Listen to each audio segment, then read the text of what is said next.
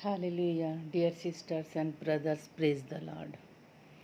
प्रभु हर दिन वचन भेजते, आप जानते हैं कि इसलिए भेजते हैं कि प्रभु जीवित परमपिता परमेश्वर है, सर्वशक्ति परमपिता परमेश्वर है, यीशु प्रभु हैं।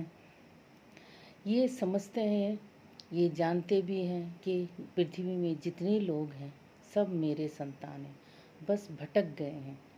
इन भटके हुए लोगों को सही रास्ते पे लाने के लिए प्रभु हर एक दिन वचन भेजते हैं और वचन के द्वारा ही आदमी का उद्धार होगा।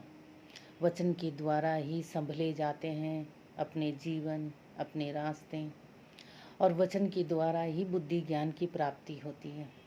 इसलिए प्रभु आज आप लोगों के लिए नीति वचन के दूसरे अध्याय के दूसरे वचन में ये वचन भेजा है, और बुद्धि की बातें ध्यान से सुने और समझ की बात मन लगाकर सोचें।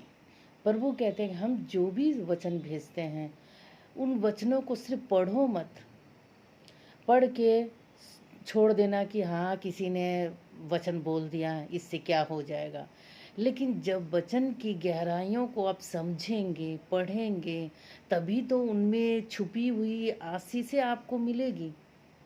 प्रभु ने वचन में ही छुपा के रखा है, उसको गहराई से समझो, क्या बताना चाहता है, वचन के द्वारा क्या समझाना चाहता है।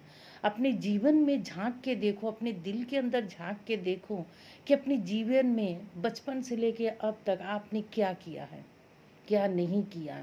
एक बार आंकलन करके देखिए कि वो सही था या गलत था, या संसार में ऐसा सब लोग करते, हम कर दिए तो क्या फ़र्क पड़ता है।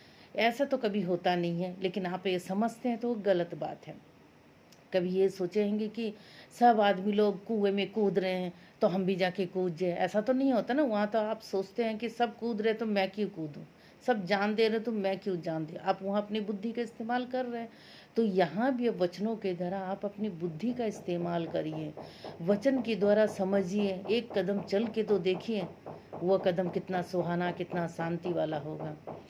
प्रभु इसीलिए वचन को भेजा है, बुद्धि की बात ध्यान से सुने और समझ की बात मन लगाकर सोचे। इसलिए हर एक वचन आप सोचे, समझे और ग्रहण करिए, आगे बढ़िए अपने जीवन में शांति से। धन्यवाद। जय मसीह की। Have a wonderful life.